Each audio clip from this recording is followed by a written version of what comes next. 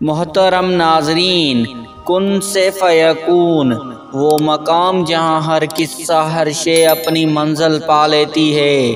تمہیں کیا لگتا ہے تم تو مانگ بھی نہ سکو اگر وہ توفیق نہ دے؟ وہ تمہیں آزمائے گا اور تمہیں اس کا بہترین اجر بھی دے گا۔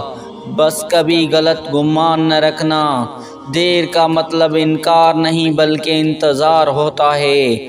بہترین وقت کا اللہ نے ہر چیز کا وقت مقرر کیا ہے۔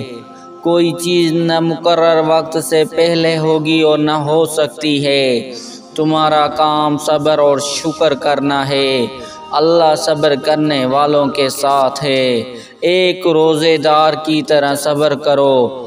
جب وہ کسی دسترخوان پر بیٹھا ہوتا ہے، مشروبات، لوازمات، کئی قسم کے کھانے اس کے سامنے پڑے ہوتے ہیں اور وہ صبر کرتا ہے آذان کا اور اپنے رب کی آذان کا۔ وہ اللہ ہے، وہ سب کر دے گا اور پھر تمہارا دل راضی ہو جائے گا۔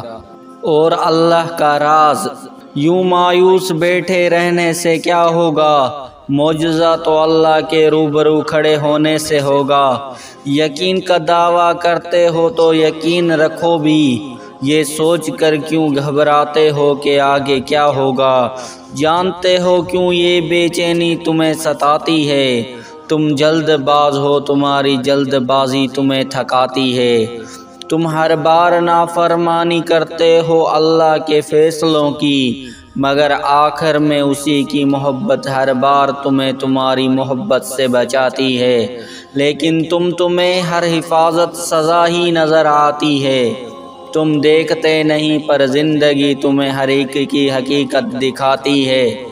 جس نے سنا ہے تمہیں ہر دفعہ اس کی بس ایک دفعہ سن لینے سے کیا ہوگا؟